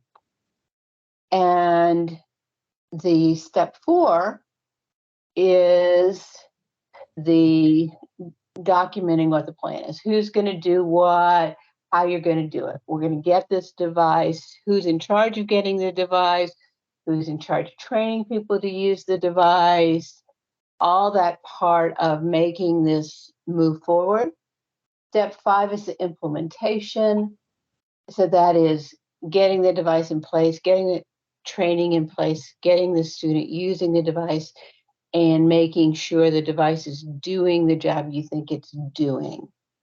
And it goes back to AT being considered because it is supposed to be removing a barrier, making learning more effective, and hopefully that's what it's doing. And if it's not, you need to keep going. So hopefully that explains my diagram. Very You think good. it does, Karen? I do. So what we're going to do for the rest of today, so that you guys we haven't totally put you to sleep and you don't have to listen to us talk, is we're going to really do step 1 and step 2A. And we have a series of forms that we've emailed to you. Leanne emailed you forms 1 through 7. And then this morning I sent 8. And then after talking to Anne, I decided to send you 9. Now you also have in the email from Leanne the entire draft document. And we'll talk in more detail about how that document's laid out when we're together next week. But for today, we've asked you to bring an individual that that your team has already identified as being someone that you want to consider for assistive technology. And so we're going to break here in a few minutes and give you time to work on several of these forms. When we get together next week, we're going to spend a fair amount of time going through the materials that are available to you at the Technical Assistance Center, the materials that you will be able to consider, because often part of the issue with assistive technology is we simply didn't know it was out there. As a matter of fact, Anne and I had a conversation this morning, and she knew of something that had just come out in February that I didn't even know about. So when you get to that step 3, solution generation, that's what our focus will be next Wednesday when we're together. It is what are the possibilities, and how do I go about making decisions about those possibilities. So that's really our focus next week. And so the majority of the day is really going to be a hands-on lab. We've got a few things that we want to present to you, but for the most part, we'll have, and we have some reps from some of the companies who will be Zooming into us or using Teams to meet with us. And in some cases, there'll be things that our team has set up for you so that you can interact with a lot of different pieces of assistive technology, and just to hopefully broaden your knowledge about what solutions you might be able to consider for your particular individual. I'm going to go ahead and pull up. These are the forms. Whoops, and I apologize. Just close your eyes for a second as we go back to the beginning. I don't want to make anybody sick here. Well, you have your eyes closed. When we tried to make the forms very simple to fill out, If something is annoying in the form or you think it's redundant from one form to another, we were trying to make this as the least painful process as possible. And so in addition to just filling out the forms, think about what we could do to make this process as streamlined as possible so people won't will get it done without too much angst and too much pain and suffering. Very good. Absolutely. Yes, we want your feedback. So Form 1 is the consideration worksheet, which your team will go ahead and complete. One of the things you'll notice in the considerations form is that we've taken all of the different areas that you might consider and put them under 5 broad categories of mobility, hearing, vision, hand use, and communication. Doesn't mean that the other areas that we discussed in the previous forms aren't included. They are, but this we did take and put everything into these 5 broad categories, and you'll see that theme carried out throughout the forms. So the first thing your team will do when you get together is go through the considerations form, and you'll fill that one out. Then one of the things we discovered when we were piloting the previous document was the fact that we didn't have within our forms any additional information about the student. We didn't know, we hadn't included anything that asked what disability the individual might have, what kind of classroom setting they were in, what type of related service they were receiving, any medical considerations that they had, or any other issues of concerns. So we've added this form. This was a form that wasn't used before, based on feedback from the previous pilot. And then we include in here activities for which assistive devices and adaptions are currently used and whether or not they have been successful. And so that was Form 2. We also discovered, also as part of that process, that we didn't ask what previous assistive technology had been used. And so here is that form, and you'll note that the technology included on this form is divided into the 3 categories that Anne discussed earlier. So educational tools, medical rehabilitation tools, and assistive technology tools. So you'll be able to add those into this form. And then here is that what previous technology was used, and if it was discontinued, why. Then this is a form that you really won't be able to fill out actively. In other words, we have 2 observation forms in here. Some of the information was pulled from the original document. Some of it has been changed a bit. But this is the one that asks you to describe the setting that you're doing the observation in. And then the next one is to describe the observation itself.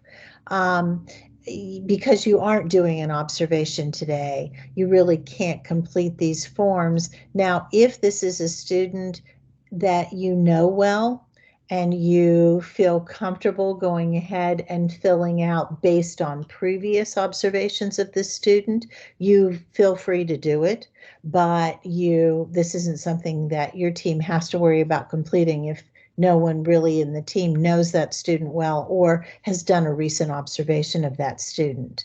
So I say Form 4 is the description of the environmental aspects of your observation, the type of setting, the number of students, how the classroom is set up, and so on. Things like noise levels and so on. Then the next form will look somewhat familiar because it's very similar to the forms in the old document, but this is just basically you could observe the individual in the classroom or out in the community or at home, wherever, whatever environment, and it's basically talking about how the student is participating.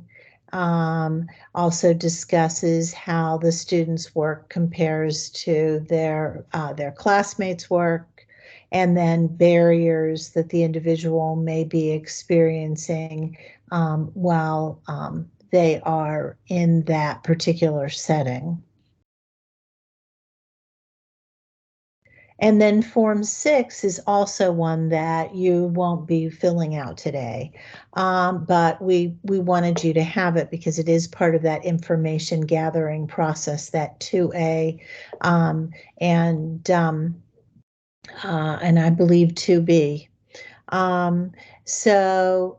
This is if you were going to conduct an interview. So sometimes after you've done an observation, you may feel that it is important to talk to the classroom teacher or talk to the parent or talk to any other individual who might be interacting a great deal. It could be an aide, anyone who's interacting a great deal with the individual that you are working with. And so we wanted to just give you a form where you could record that interview. So we've given you some prompts, some things that you might want to ask. What is the individual's concerns? What tasks do they find difficult for your student? Are there any successful solutions that they've come up with, or have they tried things that have actually been unsuccessful? And then any other relevant information.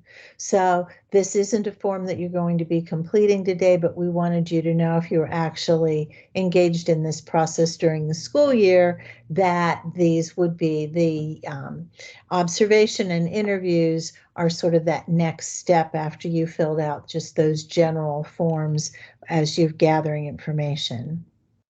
But you'll notice up to this point, we really haven't ask you anything. We ask you in the considerations form if you had concerns about hearing, but we didn't ask you what their hearing levels were. We asked you if you had concerns about their motor skills, but we didn't ask you to describe their motor skills. So that Form 7 asked you some specific questions so you'll know a little bit more about what information you can fill into actually Form 8, which we'll look at here in a minute. Form 7 we call Now, I want foundation. to jump in here a little on this one because Please this is another one I really want feedback on. What we tried to do in each of those foundation areas was limit ourselves to 3 or 4 questions that would rule out the need to go further so that we could let people speed through when a child really had no problem in an area. So, if the student is independent in moving and can do all these things, they don't need to go on to the mobility section. So we wanted to be very, very careful not to let people speed by and miss something, but we did want to try to streamline the form. So as you read through these with your student in mind, think about whether we caught your student, whether you think that these questions are good or whether you think that we need to edit them because they sort of came out of our brains and we're not 100% sure we've really captured everything we need to. Yes, very good. Yes, please let us know as you go through this form. So you'll see, for example, in mobility, if you answer no to any of these, then you would go to section 6, mobility and positioning, which is actually in Form 8. And we probably need to add that in here. So it's guiding you to that section. The other side of that is that if you haven't answered no to any of these items, that would mean that you wouldn't need to complete that section of Form 8. So as you look at these 5 major areas, the same ones we looked at in the considerations document, see, as Ann said, whether or not it captures your concerns and would indicate that your team did need to go in and fill out that next section in Form 8 or didn't need to. So there's hearing and vision, hand use, and communication. All right, so that's Form 7. So if let's say that your individual, you did find that you needed to complete the communication section, or you needed to complete the mobility section, or you needed to complete any of the additional sections, Form 8, and that's one that I sent you via email this morning, is what we call expanded content worksheet. So here we have, you can see a separate section on mobility and positioning and hearing and vision and visual processing, information processing, communication, hand use and fine motor, written productivity, organization, and general and daily living. These categories are a little different than they were in the original document. In some cases, a couple of categories were combined, or the material was updated to be more in line with the current assistive technology documents and literature.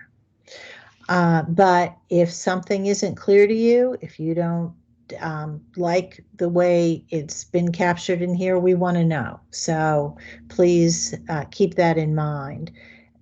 But what we'd like you to do is, so you'll be completing 1, 2, and 3, not 4, 5, and 6. You will complete 7, and then using the information that you have, we want you to go into the appropriate categories here and put in any information that you have about your student. And then we have 2, we call them the curricular sections, reading and math. And so if those are areas where you have information that you can add in about your student, you would add it in. If you don't have information, you don't fill it in. If it isn't a pertinent area for your student, leave it blank. We're really trying to streamline it. So that's Form 8. And then I sent you Form 9 a little later this morning. And Form 9 is asking you if you need, now do you feel like you need any additional information? So what we'd like is for your team at this point to look at what you've put together in Form 1, 2, and 3, and then Form 7 and 8. And based on that information, do you have everything you need to either begin to trial assistive technology, or you know what you need to recommend and don't feel the need for those trials? That you would check the first box. If you need additional, and if you check that first line, I guess it's not a box. If you check that first line, you're done with this form. If you feel like you need additional information, mark that, and then in this chart, put the information that you think you need. Let's say your child does have a hearing loss and nowhere in there's an audiogram, and you need an audiogram. So information needed is to the exact hearing results or whatever. The assessment to be completed, it may not be that you need that assessment. You may simply need to get that document or it could be that you're going to do an assessment. Who in the team is responsible for that? And then once you have obtained that information, you would put the results in here. So another thing you might think about is, let's say that you decide you want to administer the communication matrix.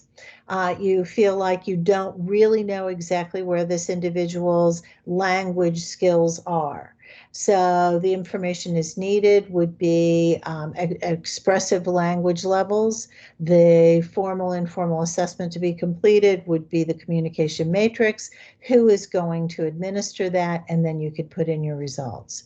Or it could be an informal assessment. Maybe you don't have real good data about the individual's reading skills and you want more information about their skills. Maybe there might be an informal task that you think could be completed. And so you could put that in here. So it isn't just for formal assessment. It could be for any information that you need. But we added this form because we felt like teams got to this point and the next form after information gathering was trial use. Well, it was solution generation. Sorry, it was solution generation. But some teams would say, but I don't know everything that I need. But that wasn't included in our previous document. So that's why we added this form. So we'd like for you to go ahead and complete Form 9 as well when you get with your team today. Then we're going to break for since we're going for 3 hours, I believe we're allowed to take a 15-minute break. So we will break until 3, and then at 3, you'll get on with your team. And we won't do that directly from this link. I believe you all have been sent links for the 3 additional Teams meetings. Is that correct, Kim? That's what I'm getting ready to do. I'm going to put it in the chat. Excellent. So whenever they come back, or if you're not going to go anywhere for the next 15 minutes, I just want to explain how we're going to do this and the reasons why. So good afternoon, everyone. I'm Kim Porter, and I'm going to be there next Wednesday in Romney. I retired from Putnam County Schools as an SLP. So I'm helping Leanne I'm sort of taking Libby's place, but Libby is here also because she's been training me with all the things that she does. So Karen, how long will they have in their separate meeting? If they started at 3, you want them to come back to the main meeting, right? Yes, so we'll give them 45 minutes unless for some reason we find out they're done earlier. Okay. And Anne and I will be popping in and out to answer any questions you all have as you're going through and completing the forms. And And they can call for us. So if they're in there and they want one of us, let us know, because we since they're all separate links, we won't be able to do it within a single link. Somebody's going to need to orchestrate that. Yes, and Libby and I will also pop in and out. In fact, just to let everyone know, the reason we're recording this is because there's other members on the AT team that weren't here today that they're going to watch it between now and next Tuesday evening. So we have to record even those individual county meetings.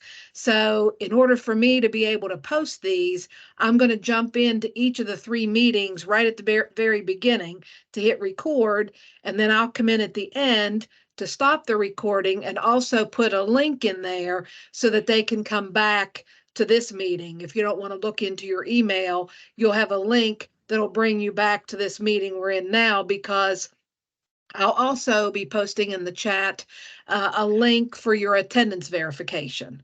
And this is really important if you're an SLP and want your ASHA CEUs, because that's the survey we use. If you just need a certificate, the first question asks that, and then all you do is put your name and your email in there.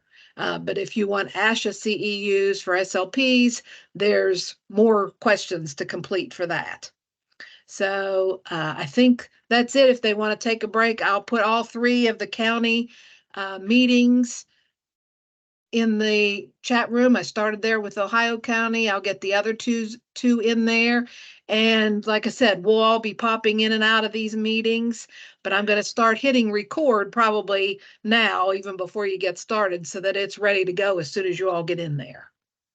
Excellent. Thank you so much, Kim. So if you need Ann or you need me, and you and we haven't popped into your particular county meeting, you can text me at 304-692-8173, and I will let Ann know if you want Ann, or I will pop in if you want me, or if you just want either of us, you can say that as well. But if you will, I'll be watching my phone and make sure that I pop in, or if you just want to text me a question, you can do that as well.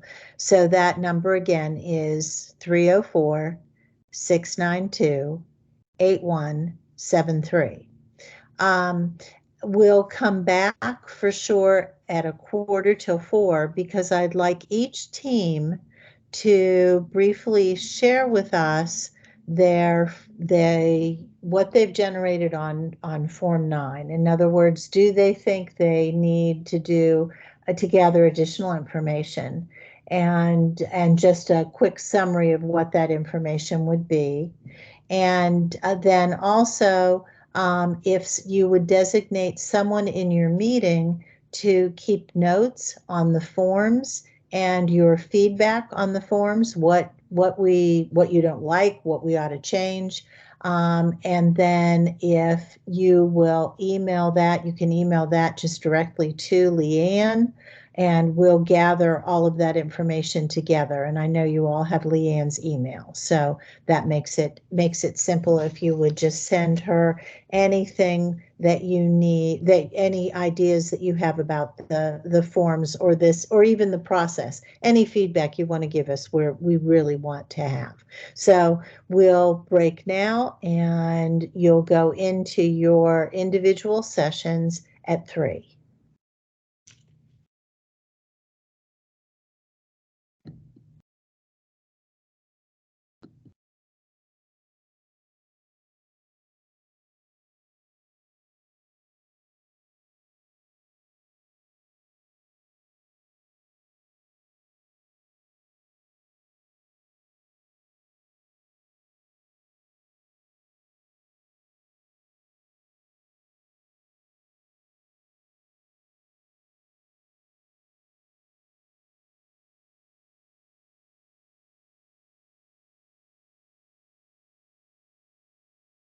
Kim, I see the 3 links, but oh, there, now I see.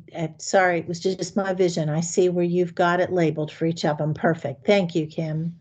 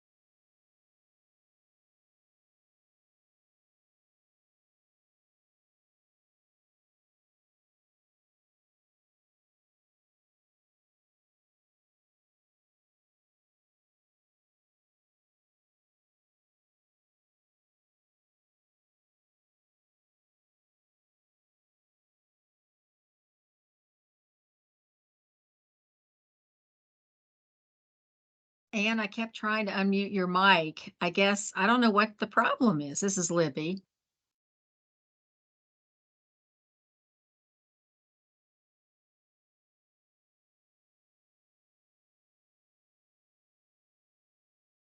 That better? Yes. Yeah.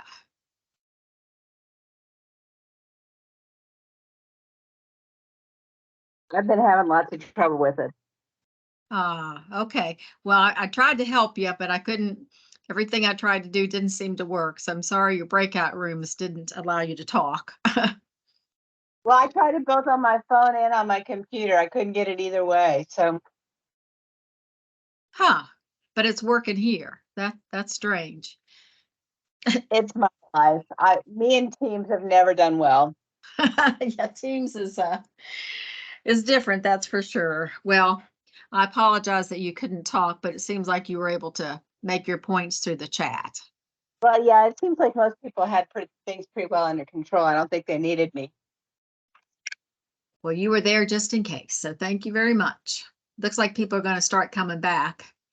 Kim posted a link in their chats, and Ohio County, I don't think they were having trouble. They were having to listen remotely because of their service. So. Yes. Yes, and Mon County was still working. I'll pop in and check on them and then I'll come back. Okay, we're here. Okay.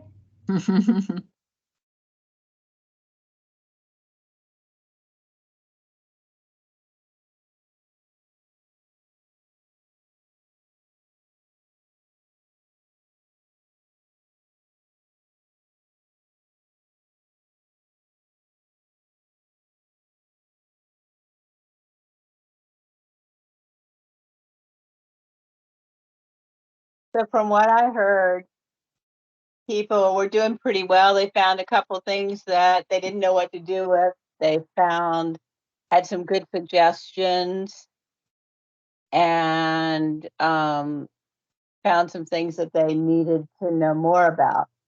Of the suggestions, I heard one was which just the top would auto populate once you did it. And we had assumed that they would do that once it was not a draft form, that when you put in the child's name and school, that it would auto populate across them. So we had assumed they would do that. I'm not sure. That's something we'll have to have Leanne talk to them about. Because I'm really not sure. I know people have wanted that for a long time for many things, but I don't know. So we'll make sure we ask Leanne. One of the things that I did get, people were talking about positioning. I have positioning and mobility together. And so I think it was the Mon County people who were talking about it. In my questions under mobility, I said, I don't have it in front of me, but I said the child can move around the room by himself or all by himself. I thought I was assuming that the questions that I had would exclude a child who needed positioning. So for those, I'd like that group to go back and look at the questions and tell me how I need to edit that to make sure that if they want to talk about positioning, that I can bump them into that other form, because the other form does have a lot about positioning in it. It's not just mobility. Right. Well, when they come back, we'll ask them that. Let's see. Kim's texting me. Oh, Kim and I were talking. I think what might be useful is for us to create an AT team and have channels for each county. Then that way there could be some communication that way. Plus, it's going to be a lot easier for Kim to provide the recordings because they could just go to the team. But we're going to talk to Leanne. I don't see where she'd have a problem with that, but that's something she's going to bring up.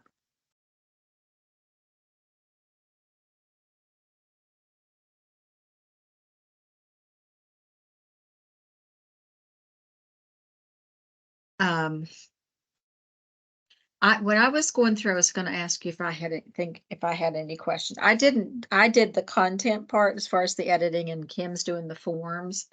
The one question I had was in your first table where you've got your 5 sections. I believe it's the 5 sections.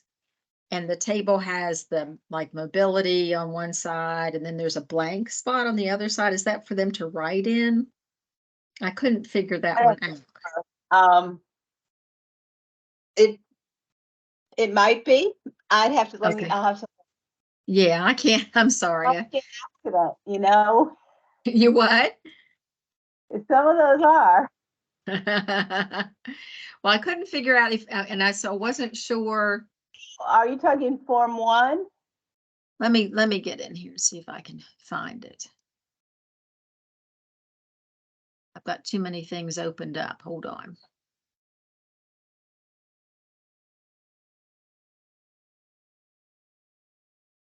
It's not there.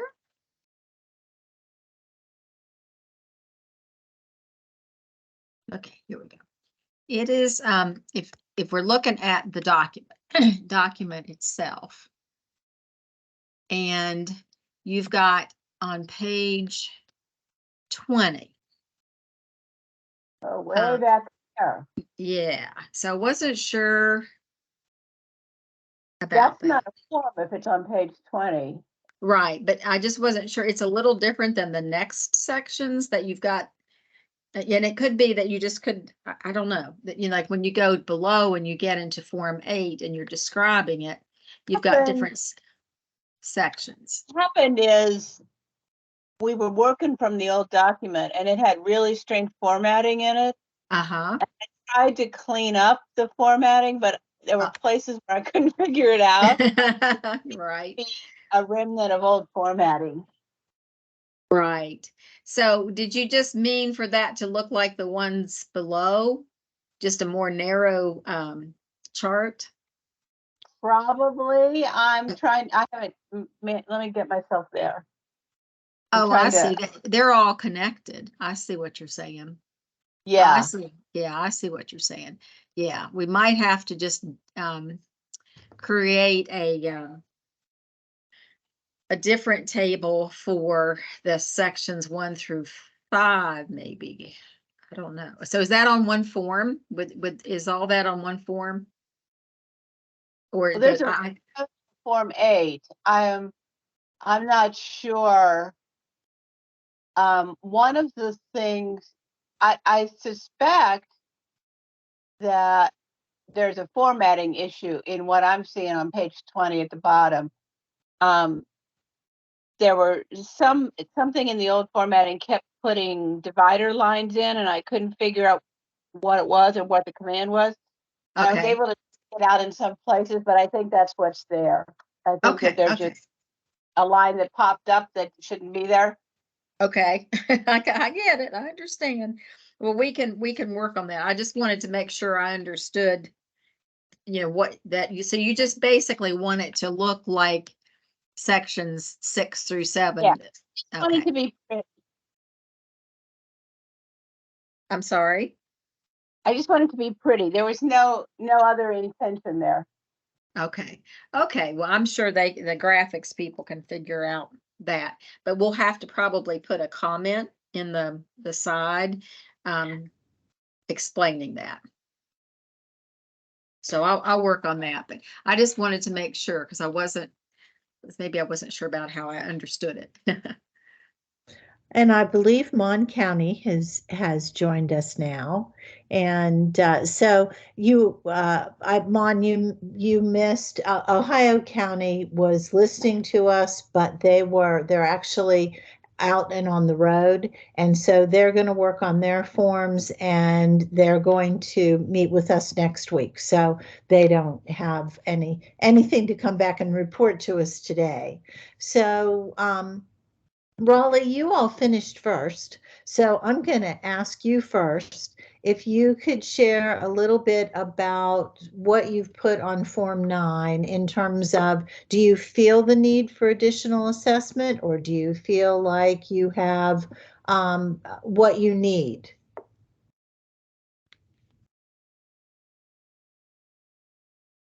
Oh, hi, this is Julie. I was just trying to record for the team, but I can just start out with what we are indicating for the additional assessment. And the practice that the team we currently have and all that we recommended for the student, the additional assessments were an AAC Genie, the communication matrix, and there was another one. I don't have the document open, but and we wanted to do the receptive language assessment. But let me see what the other one was. Maybe someone can chime in. It was a device trial. That's okay. Yeah. Thank you. Sorry, it keeps telling me I'm muted. And so when you looked at what you had, obviously you guys in your discussion decided that you needed some additional information. Very good. Okay. And I hope you all also will give us some feedback about the forms and send that on to Leanne. Yeah, that sounds great. Thank you. Okay, very good. All right, thank you. All right, so Mon County, what do you feel like you have what you need in terms of your student, or do you think there's anything additional that you need? This is Lee. I can share. No, I think we would want some more information as well on our student. Okay, very good. And did you have a chance to get to a point where you sort of have a plan about what you're going to do and how you'll get that done, Lee, or didn't get there yet? Not the full plan, but I think from just talking through more specifically on the speech needs of this student. I haven't worked with them directly, but definitely a communication matrix. I believe we have a device trial in process. We would need to gather that information from the treating therapist at that school. I don't think we have that for the completion of our file at this point, so I'll work to get that from them over the next few days. We definitely determined we'd like an audiogram and some more hearing information. And we didn't have anyone from our motor team available today, so we're excited to hear their contributions to make sure we're not missing anything on the mobility end that we'd need to look at. Okay, very good. Thank you. And I know you'll also get feedback to us. And we really appreciate your critically looking at the forms and giving us ideas about how we can make it clearer. So with us having talked about all of those kinds of things, that really concludes what we were hoping to cover today. We're happy to answer any questions that you all have. And Kim, I think we'll hop on here and just remind us what we need to do for ASHA CEUs. Yes, I just put the attendance verification in the chat box.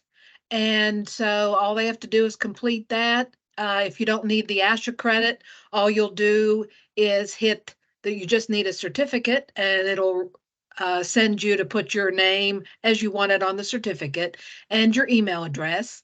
And if you need ASHA, it'll take you to all the parts that you have to fill out for that.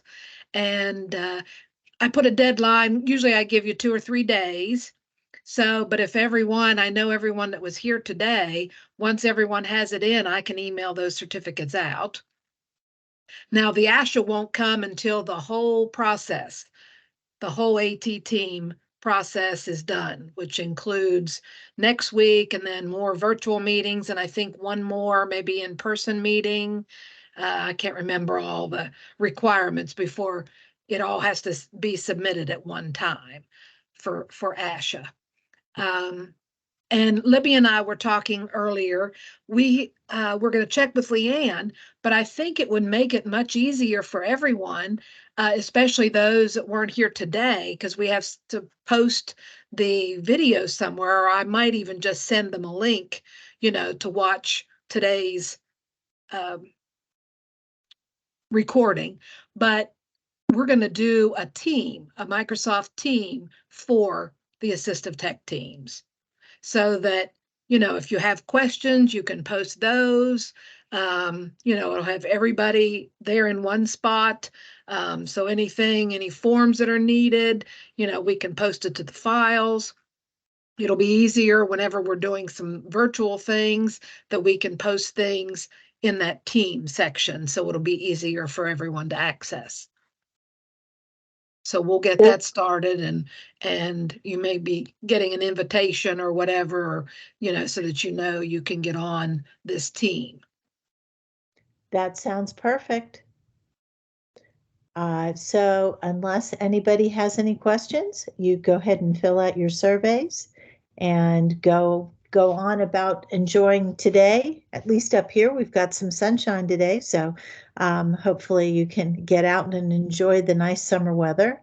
And thank you all very much for giving us your time this afternoon and going through this process with us. I've enjoyed seeing the many familiar faces and talking to all of you. So thank you very much.